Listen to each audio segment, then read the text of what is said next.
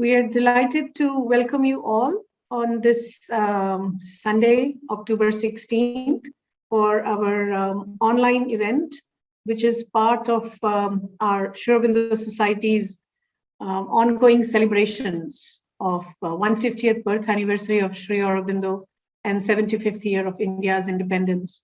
And this is our lecture number 11 in the series titled India, Our Mother, that we at Auro Bharati have been hosting for exactly a year now. We started last October, and so this is our lecture number 11 in that series. And we have a very interesting topic today: India as envisioned by Swami Vivekananda and Sri Aurobindo. Most of the participants here and those who will be watching us online, we are also actually live streaming it on Sri Aurobindo Society's Facebook page. So most viewers are most likely familiar with what unique and interesting connection Sri Aurobindo had with Swami Vivekananda, particularly in Alipur prison. And of course, we also know with what deep reverence Sri Aurobindo spoke of and wrote about Sri Ramakrishna and his work in awakening the nation from what he said, it's sort of like a state of hypnotism that India had gone under because of the onslaught of Western influences.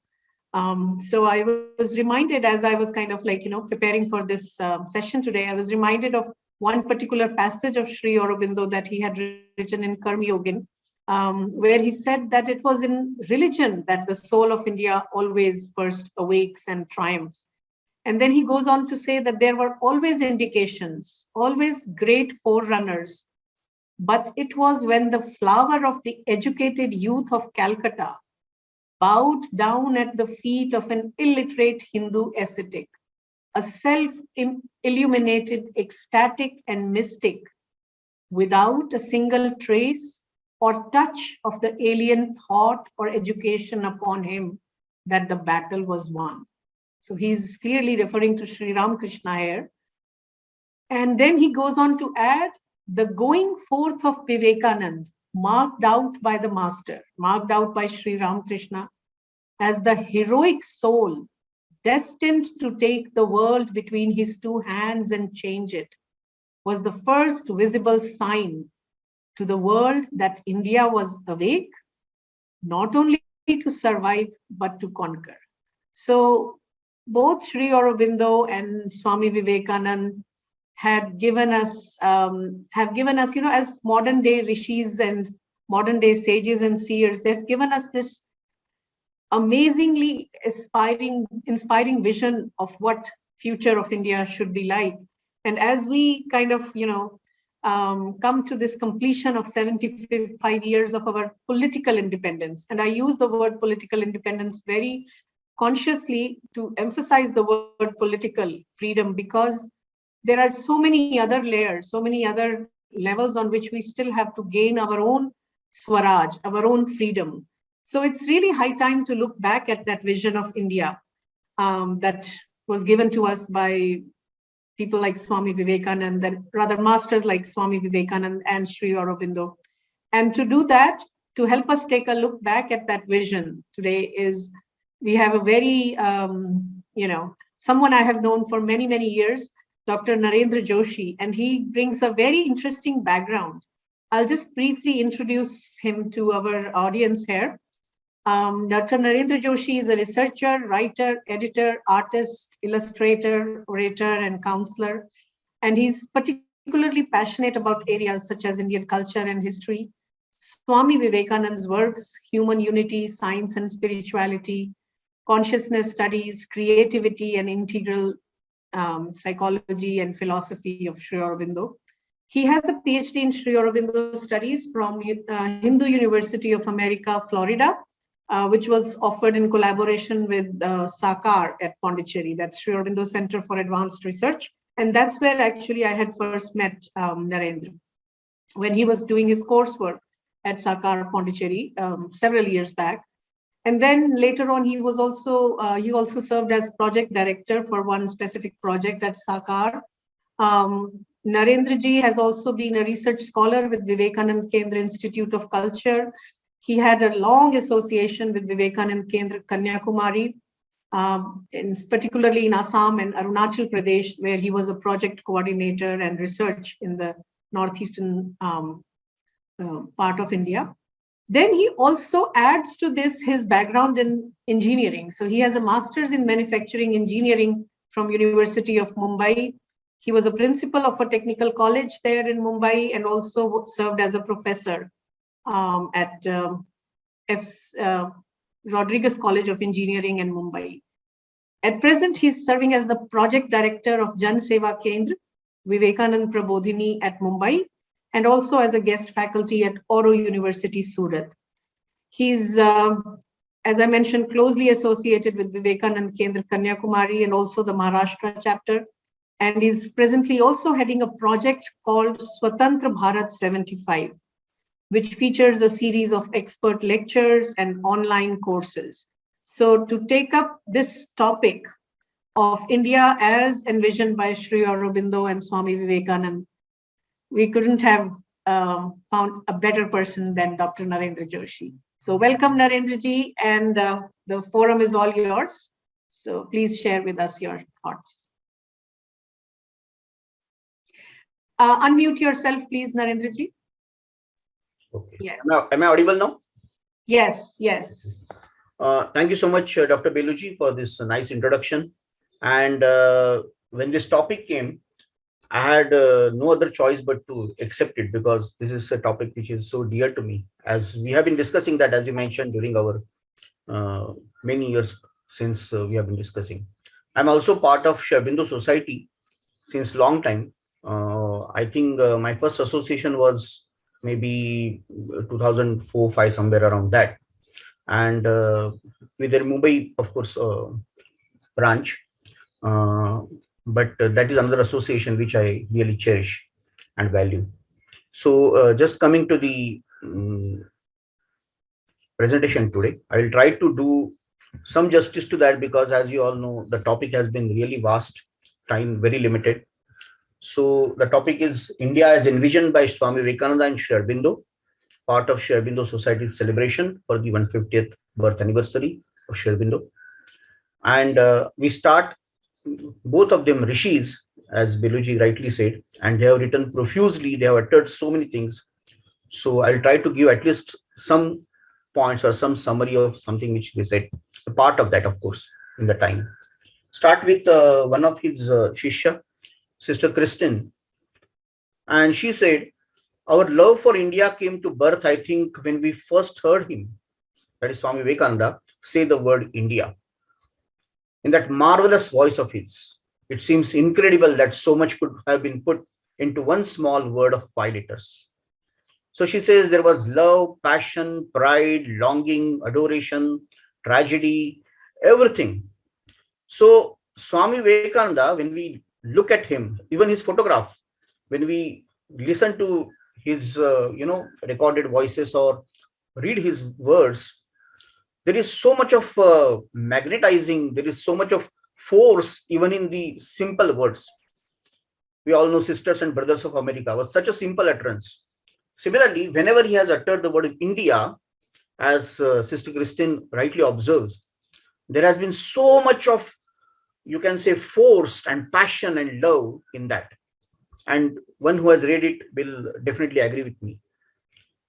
Gurudev Rabindranath Tagore, he said that if you want to understand India, read Vivekananda.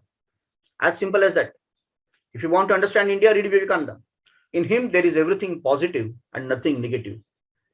And when we come to Swami Vivekananda, one of his utterance, soil of India is my highest heaven, good of India is my good. Bharat की मिट्टी मेरे बचपन का झूला, जवानी की फुलवारी और बुढ़ापे की काशी है. He had so much love for his motherland, India. When he came back from his world conquering tour of America and Europe, after the famous Chicago lectures, and after that also he gave so many lectures in America and Europe. When he first touched the soil of India, he said, now I'm back. He was feeling so much deeply emotional that moment. And somebody asked, Swamiji, what do you feel about India after so much of gap? So many years you have been outside, you have seen all that prosperity and modernness and everything. So he said, before I went out, India was very dear to me. Now, every particle of India, this soil, is more than heaven for me. And see, this similar ideas you find, similar feelings you find as we go ahead, you'll find in Sri Aurobindo's life also. When he came first time and was very close to Mumbai in Apollo Bandar, he has experienced a deep peace. Even in the climate of this particular land, even before he touched the land, he felt that there is something very divine, very spiritual. In Swami Vivekananda, we find synthesis and equilibrium. These are the two ideals in all his works. East and the West, science and spirituality, past and future, religion and faith, microcosm and macrocosm. He had synthesized everything. Perhaps that was the work which was given to him. And in 2 words, Romarola, his great biographer, Nobel laureate writer Romarola, he says, in 2 words, equilibrium and synthesis, Vivekananda's creative genius can be summarized. He was personification of harmony of the entire human energy. And why I'm putting that, we'll come to it. And about him is also said that there was so much of tapasya and austerity. Well, some of his great speeches I'm just mentioning here, Future of India, My Plan of Campaign, Mission of Vedanta. He has talked to us about in detail about what is his plan for India, what we as Indians are supposed to do, what is the destiny of India. And I urge everyone to read some of these speeches, apart from Chicago lectures and his paper on Hinduism. These are the speeches everyone else should read and try to understand. His mission was to take from dry Vedanta to everyday poetry, from hopelessly intricate mythology to concrete moral forms, and from bewildering yogism to most scientific practical psychology. He wanted to take the mission of Vedanta, the message of Vedanta. Because everyone now knows that Vedas and Upanishads have got fountainhead of knowledge which the entire world requires. Then what is the work for us? What was the work which Vivekananda talked about? He said, now we have to convert that into something which everybody will understand. It should be brought down to the level of masses, from dry Vedanta to everyday poetry and like that. All these 3 points he has given us. Most scientific practical psychology to be brought from mythology. It's a very Herculean task, but that's exactly what we are supposed to be doing. That's what Sri Aurobindo also points out. And that's why he achieved highest equilibrium under the very diverse forces. And Sister Nivedita has given us the key to how to understand him. She says why he was able to achieve this equilibrium and synthesis in the entire his literature. It is because of the 4 factors, according to her. And this is coming right in the beginning of Complete Works of Swami Vivekananda. The first volume, if you see the beginning of it, this is printed. What are the 3 pillars of his entire life, his message and message of India rather? He says the first foundation was scriptures, his deep study of all the scriptures, Vedas, Upanishads, Bhagavad Gita and all that, and the message which it was. Second source of his inspiration, obviously, or his power was from his Guru Sri Ramakrishna, who had done sadhana of all the sects and religions, saw all of them as same and pointing to the same Brahman which the Vedas are talking, or the India is all the time trying to aspire for, entire Indian culture. And Sri Ramakrishna, therefore, his second pillar or his second power behind him. Third, now this is what the topic today is. His Sister Nivedita very emphatically says that is the third power of Swami Vivekananda, it's motherland. Third source of his synthesis and equilibrium, because his deep study and love for Swami India, Bharat Mata, gave him that power to synthesize the things. And he moved all over India in a parivrajak sthiti. He saw everything, right from the riches to the rags, from palaces to the forests. And he also saw that there is Advaita, everything is same. Everybody, even he mentions that illiterate farmer in India will teach you more about spirituality than some professors in Harvard or other universities. So every farmer, every citizen, every common man, women who are in the forest and the tribal belts, they are going to teach you a lot of Vedanta, a lot of science, a lot of Upanishads. And that's what Swami Vivekananda brought us. And that is the mind of India. He says it has, the Vedanta has gone to the roots of India.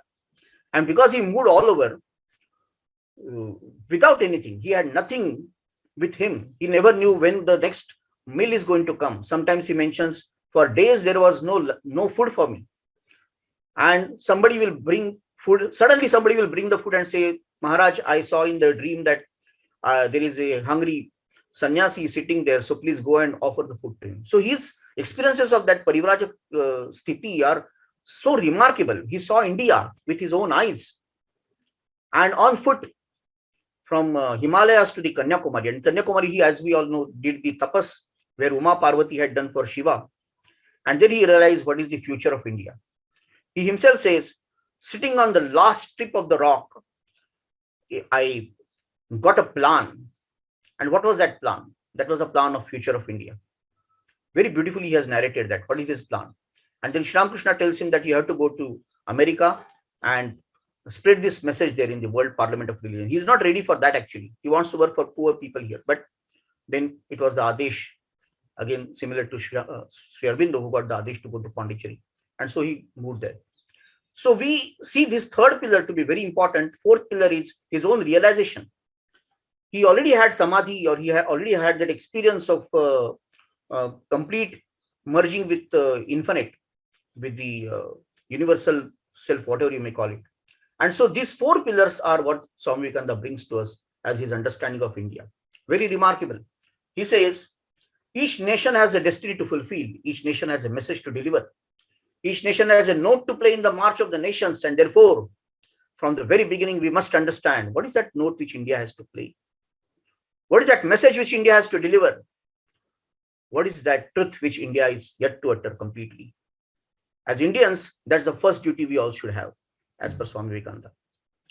So first, whether you believe in it or not, first take this spirituality in your hand, hold it firmly in yourself, and then stretch your other hand to grab whatever else you can take from the rest of the world. Science will be there, technology will be there, civilizations will be there, but first hand should be on the feet of the mother. And all history of Indian life is the struggle for the realization of the ideal of Vedanta through good or bad fortunes, Swami Vivekananda says. National union in India should be gathering of these all scattered spiritual forces. A nation in India must be a union of those whose hearts beat to the same spiritual tune. He's so beautifully, he's telling all that. I feel, I don't have any words, I'm just trying to bring some gems from his utterances to you, both of them. But I urge you read it in original, and what a galvanic shock. He himself says, then and then alone you are Hindu, if the very word sends a galvanic shock in your body. When by merely uttering the words like Hindu and India, today we utter these words just for the sake of it. But Vivekananda says, when you utter these words, everyone with the same identity should immediately become your brother and sister. You should be able to lay down your life for their well-being. Then and then alone you are Hindu. Then alone you are India. He also says in one of his great quotations, I do not see in the future, nor do I care to see. But one vision is very clear in front of me. This ancient motherland of ours is sitting again on her ancient throne, more glorious than ever before, rejuvenated. That's his dream, Jagat Guru. India is going to be Jagat Guru. She is always Jagat Guru. She has always been teaching the entire world. Shunvantu Vishve Amrudasya Putraha. That was the utterances of Vedic Rishis. Hear, all the sons and daughters of immortal bliss. I have understood the truth, and I am here to tell that truth to all of you. That is the idea of our Indian civilization. And that is what Swami Vivekananda, with the blessings of his Guru, Sri Ramakrishna, again did in the period of Renaissance of India. She is awakening, he says, this motherland of ours from her deep, long sleep. None can desist her anymore. Never is she going to sleep anymore. No outward powers can hold her back anymore, for the infinite giant is rising to her feet. That is what he wants. He has always said that our main current of life is religion, and that is what Beluji was also telling in the beginning. And Sri Aurobindo again tells the same thing in his essay, Renaissance in India. He says, spirituality is the master key of Indian mind. The sense of infinite is native to it. So both of them actually almost they speak the same, you can say, ideas and words. And there is no, you can say, there has to be no surprise about that, because both of them are actually talking the language of India, the ideas of India. Make it strong, and the waters on either side must move along with it. This is one phase of my line of thought. In time, I hope to bring them all out. But at present, I find I have a mission in this country also. Moreover, I expect help in this country. And he's writing letters from abroad to people here. And when he comes here, he talks in different way, because he knows for whom he's talking. He's talking to the Westerners. He talks in a different way about Vedanta. When he's here, he talks in different. This is a very interesting thing to study, how same quotes or same ideas from Vedas he takes differently for different people. And that is exactly the power of India and Indian rishis, that they did not go with some objective ideas everywhere. They were very, very, as required by the audience, they will again mold it to suit their requirements, their needs. You see it in his writings also, and not writings, actually, all speeches. They were afterwards, they were written by someone. Here in India, it is a religion that forms the very core of our national heart. It is the backbone, the bedrock, the foundation upon which the national edifice has been built. Here is the blessed land, the foundation, the backbone. The life center is religion and religion alone. Some people used to say whether India is going to be really there in this onslaught of modernization, westernization, colonization. And therefore, Swami Vivekananda answers with this quote. He says, shall India die? Then from the world, all spirituality will be extinct. All moral perfection will be extinct. All sweet soul sympathy for religion will be extinct. All ideality will be extinct. And in its place will reign the duality of lust and luxury as male and female deities, with money as its priest, fraud, force, and competition its ceremonies, and human soul its sacrifice. Such a thing can never be. If India dies, not only the ozone layer, but also the spiritual fragrance which alone can purify Earth's polluted atmosphere will disappear. And therefore, he is very clear that India is going to be there. She is the immortal. And she has still a lot to offer to the world, and therefore she is there. There are quotes after quotes and utterances after utterances. I'm not very sure how much time is with me. And therefore, I may have to, just give some of the things and then leave the other things for your own reading or something. But every quote I find is, he has been electrifying, to say the least. Fiery words. And he, as I said, he was knowing that India is immortal, India eternal. And how to do that? He has given, it's not just about emotions, he also gives the plan. That's the beauty of his writings. In one of the utterances, he says, there are many people talk of patriotism. I also got my idea of patriotism. There are 3 steps to become patriot. What is the first step? He says, feel from your heart, my would-be patriots. Do you feel? Do you feel that millions and millions of descendants of rishis have living the life of brutes? Does it make you sleepless? It's not here. I'm just talking from my memory, but it's connected to what is written here. So does it make you sleepless? Does it make you forget all about your wealth and your wife and your home and everything? Do you have that feeling? And then he says, feel my would-be patriots. It's the heart which opens the most impossible gates. What is there in intellect? It goes few steps and then stops. But what is the second step? He says, feeling is okay. You feel.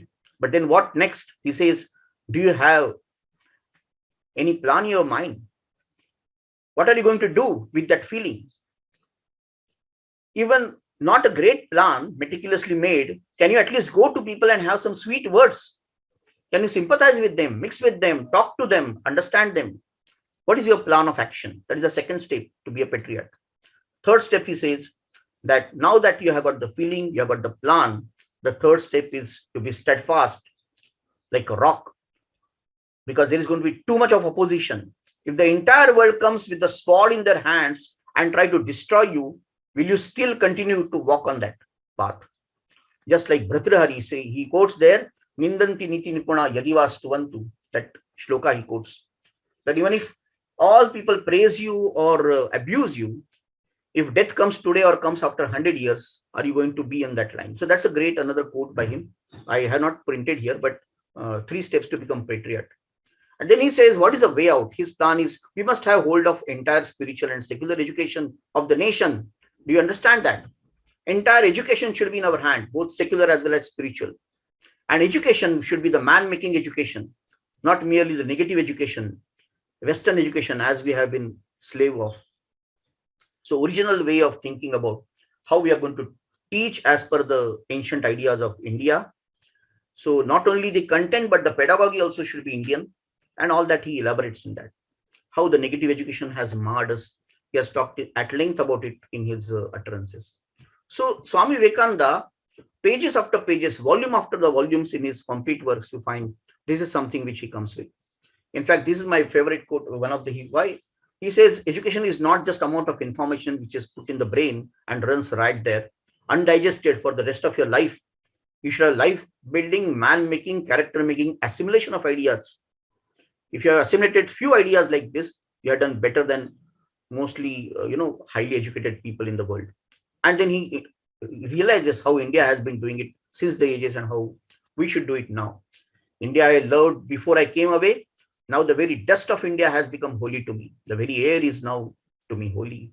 It is now the holy land, the place of pilgrimage, the Tirtha, Punya Bhumi, Tirtha Bhumi. He says, this is a land where wisdom made its home before it went to any other land. The land of gods, the land of rishis. And we are the children of that land. So first of all, we should be very proud. We should feel very privileged that we are born in India and we are calling ourselves Indian. And if we are not doing the work of her, if you are not going to understand what Swami Vivekananda had said, Sri Aurobindo had said, I think we have done great injustice to our very existence as being Indians. And then he says, what we are lost actually, further he says, I'm just briefly quoting, not all the things, because there are a lot of things. He says, Shraddha, we have lost the Shraddha in us, the faith in us. And he says that we have to bring it back. Shraddha in us. Shraddha in self, or faith in ourselves and faith in God, faith in the destiny of this country. If you have all these things in our mind, you are an atheist if you do not have faith in yourself, he said. And therefore, he further says, will you respond to the call of your nation? Each one of you has a glorious future. If you dare believe in it, have a tremendous faith in yourself, like the faith I had when I was a child. And wonderful. It is the young, the strong and healthy and sharp intellect that will reach the gods, say the Vedas. This is the time to decide your future. While you possess the energy of youth, not when you are worn out and jaded, but in the freshness and vigor of youth, work. This is the time. For the freshest, the untouched and unsmelled flowers alone are to be laid at the feet of the Lord. And such alone he receives. Rose yourselves, therefore, or life is short. There are greater works to be done than aspiring to become lawyers and picking up quarrels and such things. So life is short, he says. Vanities are transient, but they alone live who live for them, for the others. The rest are more dead than alive. छोटी जिंदगी है, वही जीते हैं जो दूसरों के लिए जीते हैं, माता के लिए जीते हैं, देश के लिए जीते हैं. वरना तो कई लोग मरे ही हुए. A far greater work is sacrifice of yourselves for the benefit of your race, for the welfare of humanity. What is in this life? You are Hindus, and there is this instinctive belief in you that life is eternal. और हमेशा, every time he's quoting Bhagavad Gita, he's quoting Upanishads, he's quoting Vedas, and tremendous grasp on our ancient knowledge as well as complete understanding of the Western knowledge as well. He gives so many examples from geometry, algebra, physics, chemistry, that people reading him are startled at what was his qualification. And somebody asks, what is your qualification? Because you quote from science, you quote from everything from Vedas. But that's not your, earthly parameters, or his qualifications cannot be understood by that. He was a true child of Mother India. That is, I think, his real qualification. And therefore, just coming further, because of the want of time, he he writes to one of the letter to Alasinga Perumal. He says, whole world requires light. It is expectant. India alone has that light. Not in magic, memory, charlatanism, but in the teaching of the glories of the spirit of real religion, of the highest spiritual truth. That is why the Lord has preserved the race through all its vicissitudes unto the present day. Now the time has come. Have faith that you are all, my brave lads, born to do great things. Let not the barks of puppies frighten you. No, not even the thunderbolts of heaven, but stand up and work. And that's the message he has given to us. How far we are able to take that, I do not know, but he has written so much. In modern India, there is a Vartaman Bharat, translated as Modern India, originally published in Udbodhan. He writes further, another beautiful but long quote. I request you to see that particular article by him. O India, forget not that the ideal of thy womanhood is Sita, Savitri, Damayanti, and all that he talks about. What is your ideal of womanhood, ideal of manhood, ideal of life? He is telling all that. And then, let new India arise in your place. Let her arise out of the peasant's cottage, grasping the plough, out of the huts of the fisherman, the cobbler, the sweeper. Let her spring from the grocer's shop, from beside the oven of the fritter seller. Let her emanate from the factory, from marts, from markets. Let her emerge from groves and forests, from hills and mountains. Like that, he has talked about Renaissance in India. And as in the beginning also we heard, it was this Renaissance actually, he paved the way for it. He laid the foundation of it, which was further taken by Sri Aurobindo. He wrote in one of the letters to Alasinga, 100,000 men and women, fired by the zeal of holiness, fortified with eternal faith in the Lord, and nerved to lion's courage by their sympathy for the poor and fallen and downtrodden, will go over the length and breadth of this land. Look at his dream. Preaching the gospel of salvation, the gospel of health, the gospel of social raising up, the gospel of equality. This is exactly what the work he got from his guru, from his motherland, from his heritage. And therefore, Swami Vivekananda has been very rightly understood by Sri Aurobindo. I feel perhaps no one else has written about him so rightly as Sri Aurobindo has written. And these two quotes I will not repeat because initially they have been very beautifully narrated by Beluji. But that quote, now you know, going forth of Vivekananda, marked by the master as the heroic soul, destined to take the world in his two hands and change it, was first sure sign is India is going to not just survive but to conquer. And then he says, when it was the educated youth of Calcutta, that flower of educated youth of Calcutta, bowing down at the feet of the illiterate monk of Dakshineshwar. This was clearly now evident that this is going to happen. Renaissance of India, if you see, this is, I believe, the starting point of it. Educated youth of Calcutta bowing down at the feet of Sri Ramakrishna. And then Alipur jail, as we also heard, he met Sri Aurobindo. That time he was not in his body, but he continuously met him every day, as we all know, and helped in his yogic sadhana. And Sri Aurobindo himself has written about that it ultimately helped me to come over that particular point where he was. So coming to, of course, Sri Aurobindo, coming out of Alipur jail, he gave his famous Uttarpara speech. And then many of his early writings, his writings in Bande Mataram or Karma Yogin, they are full of this idea what he had for motherland, for India. And some of that, again, I'll try to take in limited time. So I say it is the Sanatan Dharma which for us is nationalism. This Hindu nation was born with Sanatan Dharma. With it, it moves, and with it, it grows. When the Sanatan Dharma declines, then the nation declines. And if Sanatan Dharma is capable of perishing, with Sanatan Dharma it will perish. The Sanatan Dharma, that is nationalism. So this is the Rishi of our modern Renaissance, Swami Sri Aurobindo. He is now trying to make us understand that what is this nation for? This nation is Sanatan Dharma. It is for Sanatan Dharma, it lives. And when he says so eloquently that if Sanatan Dharma is capable of perishing, that very line he is emphasizing that it is not capable of perishing. I mean, it cannot perish. That's why he's writing like that, according to me. So it's again, just like this India cannot perish, he says. Our race cannot become extinct. Because among all the divisions of mankind, it is to India that is reserved the highest and the most splendid destiny, the most essential to the future of human race. It is she who must send forth from herself the future religion of the entire world, the eternal religion, which is to harmonize all religion, science, and philosophies and make mankind one soul. So you see, there is so much of similarities, and they are bound to be similar because both of them are almost talking the same words in different, same language in different words. So what is this mother country? It's not piece of earth, Sri Aurobindo explains to us. It's not figure of speech, not fiction of mind. So Sri Aurobindo and mother, both of them have talked about that. So, but I've just culled out some utterances. It is a mighty Shakti, composed of the Shaktis of all the millions of units that make up the nation, just as Bhavani Mahisha Mardini sprang into being from the Shakti of all the millions of gods assembled in one mass of force and welded into unity. The Shakti we call India, Bhavani Bharati. It is a living unity of the Shaktis of 300 million people.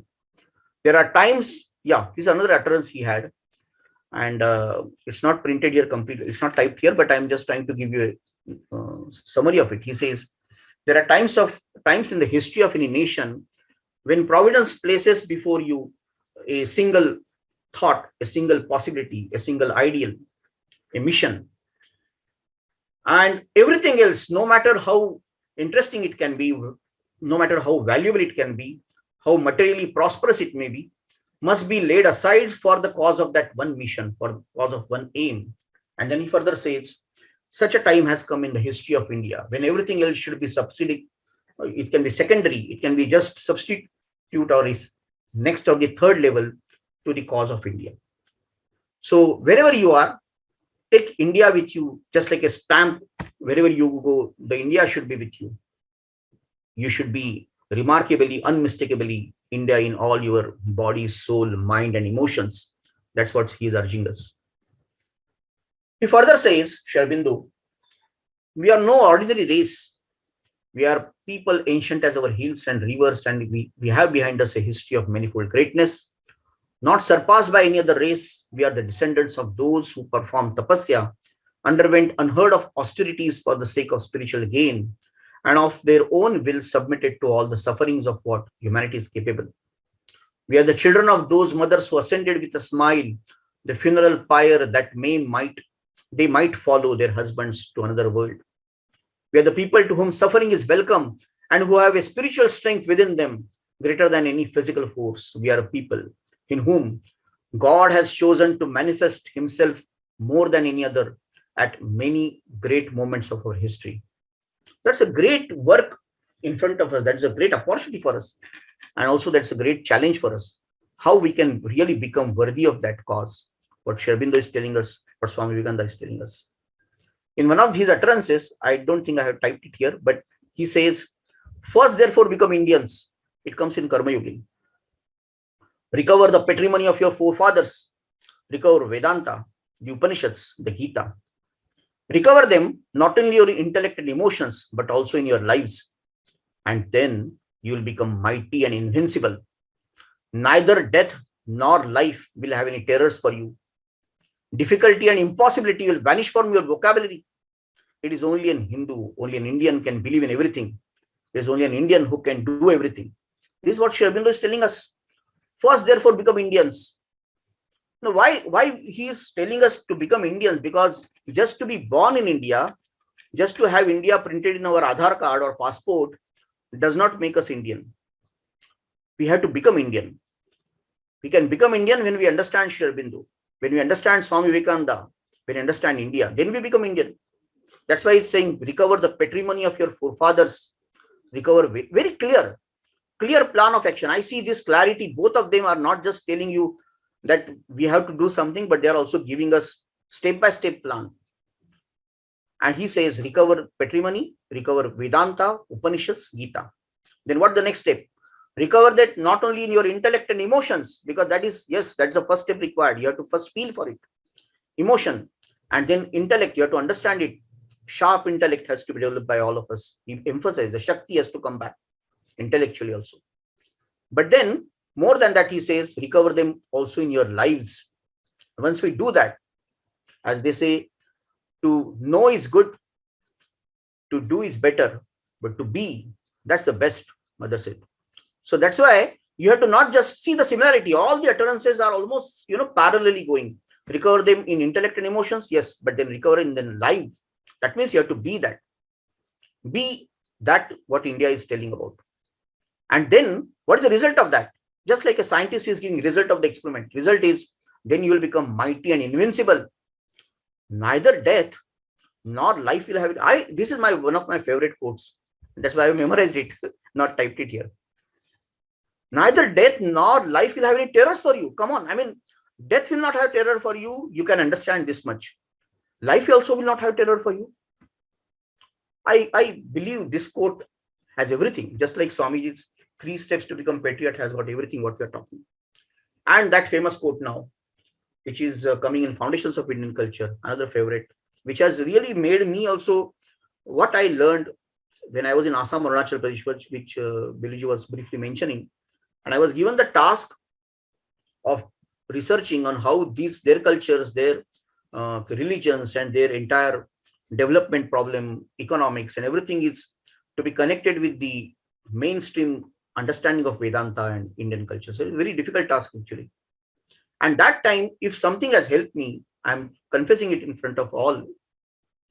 What has helped me is Sri Aurobindo's writings. Somebody just gave me one book, Foundations of Indian Culture. And when I started reading that, I realized my problem is now getting very simple because he has already laid down all the things. My job is only to just pick up the things and put them in the perspective of Northeast India. So this quote comes from Foundations of Indian Culture. He says, I given it partly here, but the full quote is also great. India of the ages is not dead, nor has she spoken her last creative word. She lives and still something to do for herself and the human people. And that's something which now seems to be awakening is not the docile people of the West, doomed to repeat the Occident cycle of success and failures, but still the ancient immemorable Shakti, lifting her head high and turning aside to discover the new meaning and vaster form of her own dharma. Look at this quote. I believe every sentence is going to be a volume in itself. I think Veluji and Aurobindo Society can take this work, take the quote, and then perhaps one book can come out of it. So recover how he's talking, not just the docile people of the West, doomed to repeat the Occident cycles of success and failures. We are not supposed to be repeating that, what they have already failed in. But yet the ancient immemorable Shakti, lifting her head high to the source of light, like that it goes. Just look at the whole quote. And then further, of course, there are so many things are there. Soul of India is one and indivisible. India is conscious of her mission in the world. She is waiting for the exterior means to manifestation. Oh, our mother, O soul of India, mother who has never forsaken thy children, even in the days of darkest depression, even when they've turned away from thy voice, served other masters and denied thee. Guide us so that we may be always on the side of great ideals and show to men thy true visage as a leader in the ways of the spirit and a friend and a helper of all the people. So Sri Aurobindo also has been, very clear. India is an eternal pilgrimage, a timeless path that it is stretched from eternity to eternity. That's why we have never written history in India. Is history something to be written? History is the name given to ordinary, insignificant day-to-day happenings, those happenings that arise like a storm today and of which there is not a trace to be found tomorrow. History is merely passing dust on. The whole understanding of how to write history, how to understand history, you see more when you read Sri Aurobindo's Human Cycle, where he has written about psychological history of mankind. And from that point of view, how India's history will be there, we get a lot of understanding. Mother has also written, I'm just taking 1 minute to, it's not in the topic, but I'm just, because we cannot separate her writings from his writings many times. Many times I also get them in between. I get some quotes from her also. So she says, Sri Aurobindo always loved deeply his motherland, but he wished her to be great, noble, pure, and worthy of her big mission in the world. He refused to let her sink to the sordid and vulgar level of blind self-interest and ignorant prejudices. This is why, in full conformity to his will, we lift high the standard of truth, progress, and transformation of mankind. Without caring for those who, through ignorance, stupidity, envy, or bad will, seek to soil it and drag it down into the mud, we carry it very high so that all who have a soul may see it and gather around it. This is my mother. India is the only place in the world which is still aware that something else than matter exists. The other countries have quite forgotten it, Europe, America, elsewhere. That is why she still has a message to preserve and deliver to the world. But at present, she is splashing and floundering in the middle. Sri Aurobindo has shown that the truth does not lie in running away from earthly life, but in remaining in it, to transform it, divinize it, so that the divine can manifest here in this physical world. So that's the mission of India, to divinize matter, to bring down the spirit and then spiritualize matter and materialize spirit. So that's where we get many details of like this. And perhaps we have to come to the close because of the time constraint. But as you know, there are quotes after quotes, writings after writings, and even if not all of them, I believe even if you read some of them and try to just internalize them, think on them, perhaps repeatedly read them, it's going to be immense powerhouse of strength and knowledge and realization for us. And therefore, yeah, this quote is from Renaissance in India. India's central conception is that of the eternal, the spiritual encased in matter, involved and emanated, evolving over the material plane by rebirth of the individual up to the scale of being killed in the mental man. And like that, he further goes, explaining it so beautifully. And you can get it on online also. Many quotes are available. And why should not India then be the first power in the world, he says. Who else has the undisputed right to extend spiritual sway over the world? This was Swami Vivekananda's plan. Look now, he is referring Swami Vivekananda. This quote by Sri Aurobindo, and that's the link, as we rightly said in the beginning, both of them are taking same mission forward. Why should not India then be the first power in the world? Who else has the undisputed right to extend spiritual sway over the world? This was Swami Vivekananda's plan of campaign.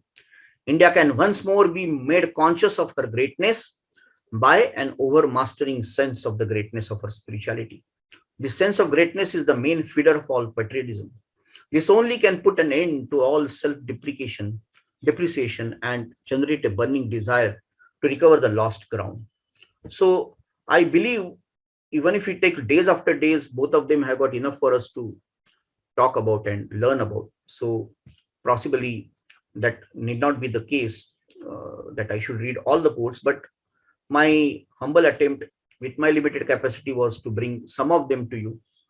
And that's why when I was telling Beluji that I got so many slides, so she said, possibly type, we have to just put in short part, whatever is possible today. But just a small, give me 1 minute to take this last one.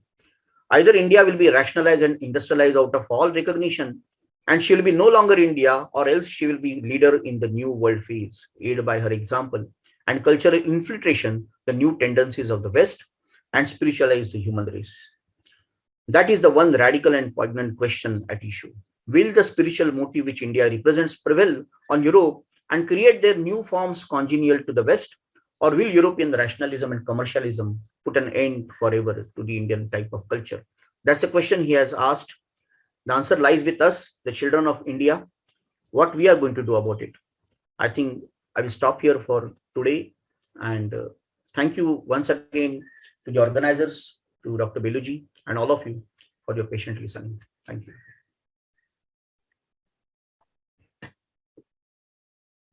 Thank you. Thank you so much, Narendra ji, for this really wonderful, kind of like, it feels almost like a meditation on India that you have taken us through these beautiful words of Sri Aurobindo and Swami Vivekananda. I must also congratulate you for the, immense hard work that you put in selection of the right words, because you have spent years and years and years studying both these masters and to really cull down and to bring out the key points. I want to just invite anyone who has any questions or comments at this point. If you can just maybe stop sharing the screen, that way we can all kind of just see one another also. So anybody who has any questions or comments, please feel free to unmute yourself and share with Dr. Narendra ji, your thoughts or questions?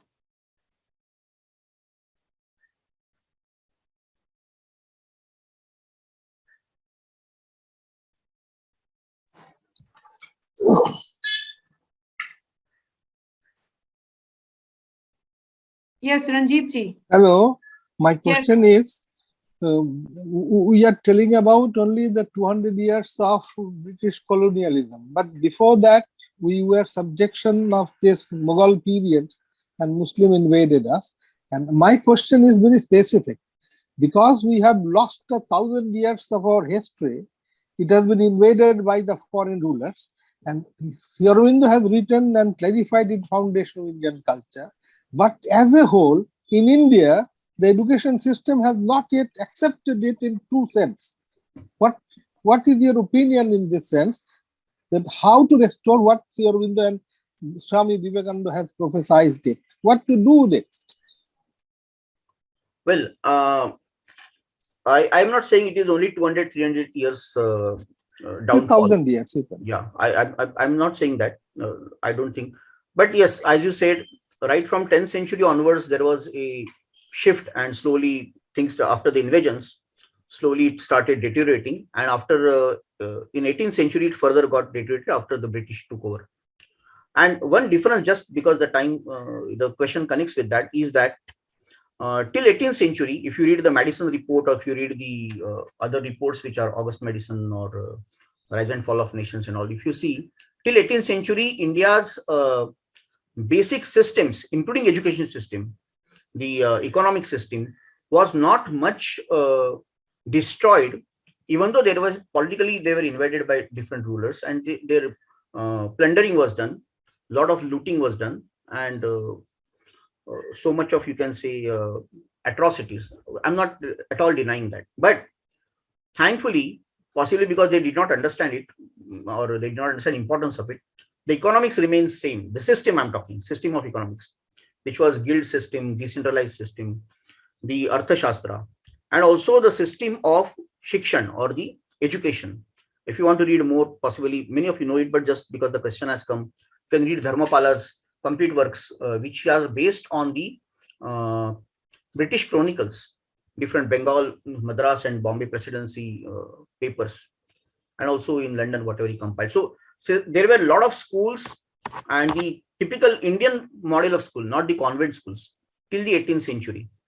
And the whole destruction of that system has happened in last 200, 300 years. He has narrated very beautifully in Beautiful Tree. And so has been written by many people, not only Dharmapal, but many other people have lamented it. Similarly, our industry, our the way of earning money and resources and trade and commerce, everything was destroyed. So that has happened. And of course, before that, about 7-8 centuries before that also, slowly the destruction was happening.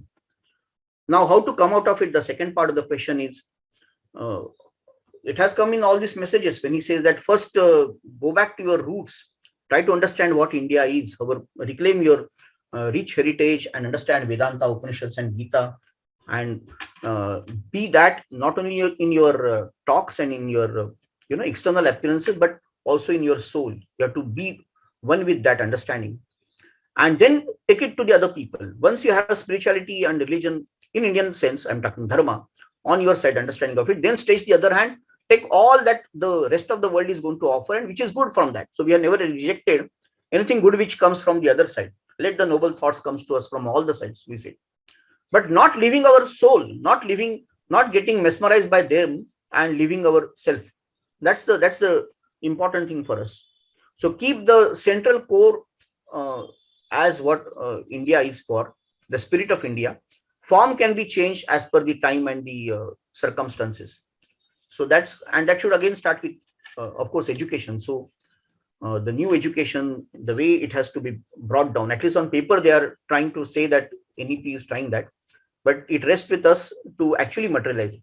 I think that is the answer I can. Sir, only one liner. My question is, we are blaming British, but after independence, what we did, and we are continuing that colonial mindset till today. And what about that? Is our government So that consciously question doing? everybody should ask to themselves, not just to government. If government has not done for 75 years anything, But they have or 60 years, concealed the history. They have concealed the history. True history was not revealed to us. revealed to us, then we have to reveal it, no, sir. It's not only, it's our job to do it now. You are right in your question, but I feel now we have to go to the answers rather than, we know the questions. These are the questions. The whole history has been horribly twisted. The chronology has been twisted. It has been written wrongly, and governments have not changed it. Yes, we know the problem now, whatever has happened. But now today, I think we are at the point when we need to urgently take it up and correct it.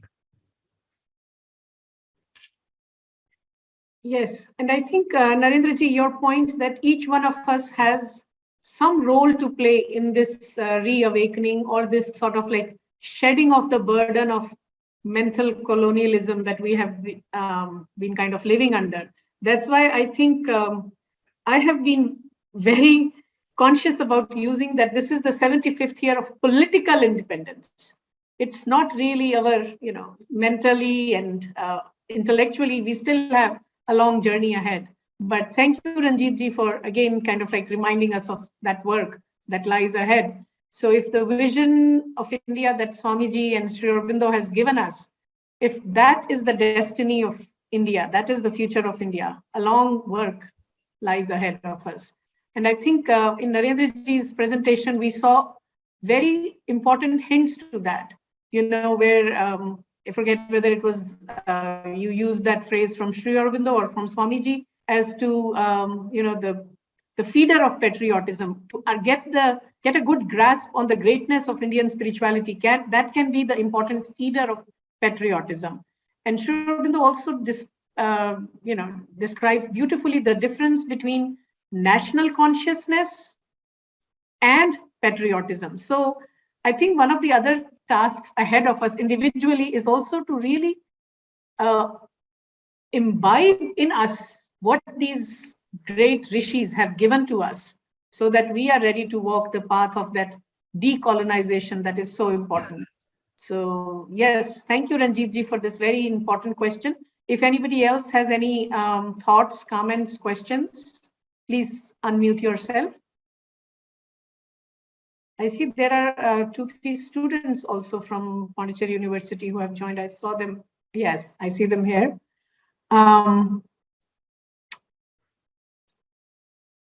Our other speaker, Charan Singh ji, Dr. Charan Singh Kedarkhandi ji is also here. Dr. Vandana is also here from BHU. And others, if you have any questions, please feel free to, or comments. Yeah, go ahead, Vandana ji. Namaste to everyone. Namaste. And really, this was very enlightening way. Sir has talked about both the rishis. Whenever, I'm just sharing my experience. Whenever I feel, when I heard about them, or I come to know about their life, I feel this is the unity. The paths are many, but all of them have undergone the same experience. As Sir was saying, that when Sri Aurobindo returned to India or Swamiji returned to India, they have that close affection for this land, or like whatever the similarities he has said, this is the actual unity among all the spiritual leaders who are following the different paths, but they are having the same kind of vibes or same kind of inspiration in them. And what I liked very much, which I think I should follow that thing, that recovery of these ideals in our deeds. That was wonderful.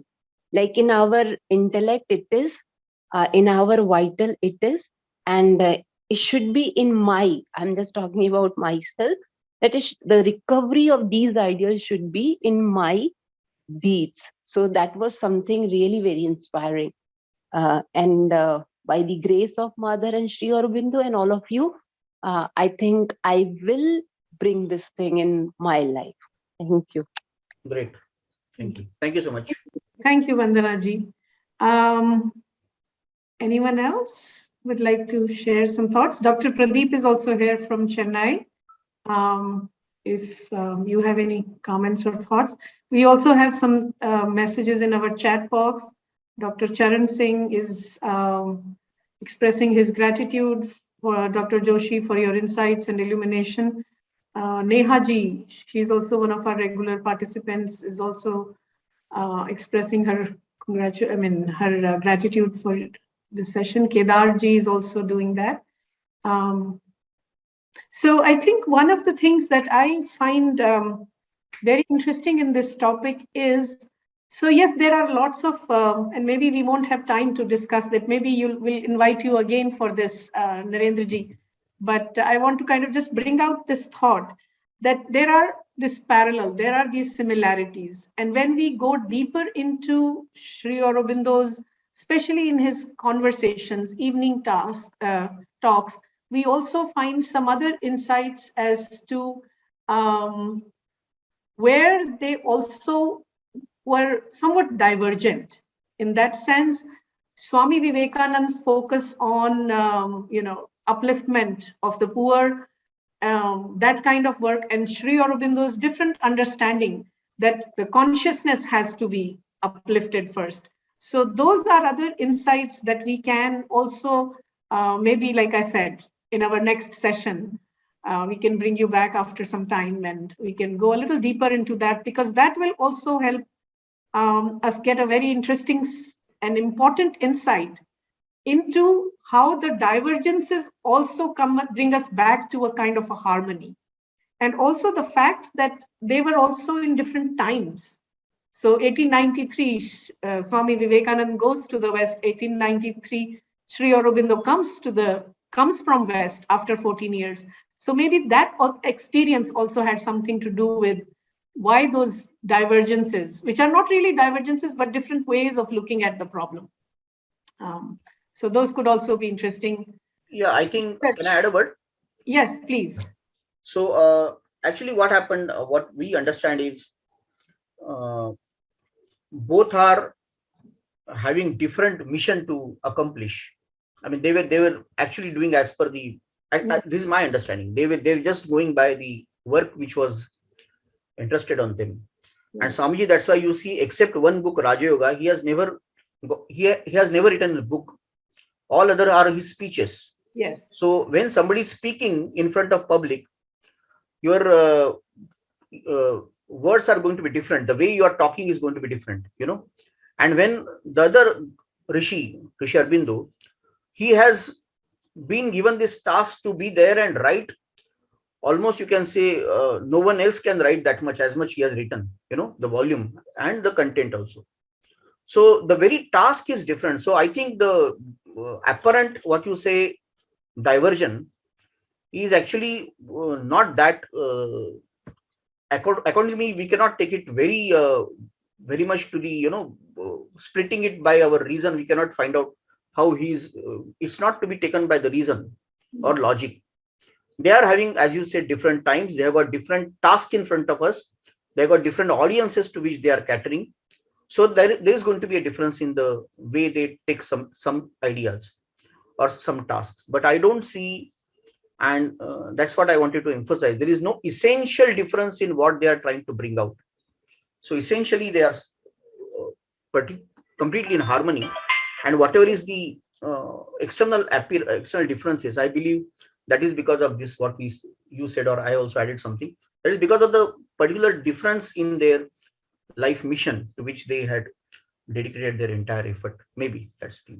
Yeah, no, I think I agree with you, because I'm also reminded of what Sri Aurobindo once said once to one of his disciples. He said, don't forget, and he emphasized it, we come from the line of Sri Ramakrishna and Swami Vivekananda. So if that was the foundation from which Sri Aurobindo's work, especially for the, the supermind, his work on that area comes. So yes, certainly it's the seed that was planted by Swami Vivekananda, the path that was shown by Swami Vivekananda, which he takes further. So I think your point is really very well taken and very important to keep in mind the task that was there for each one of these seers. So yes, that's very important to bring in our consciousness. I think in the interest of time, I may have to, I don't know if there's any quick comment. Pradeepji, did you want to say something, or I saw you there unmuted yourself? Okay, then in that case, we will close this conversation here, but maybe go deeper next time when we have you, when we have an opportunity to bring you back, because this is really like, just a first dip into the ocean. So a long, experience awaits. So thank you so much, Narendra ji, for spending this Sunday morning with us and for sharing these insights. And thank you to all the participants. And I wish you all a very happy rest of the day. And we will be announcing soon our next program. So thank you so much. Thank you so much to Biluji and all the people who are here. Thanks. Namaste. Namaste. And we will be soon. I had in the chat box put Narendra ji's email address and my email address also, in case anybody wants to correspond about any of the discussions that we had. So please feel free to write to either one of us. Okay, thank you so much. Namaste. Bye-bye.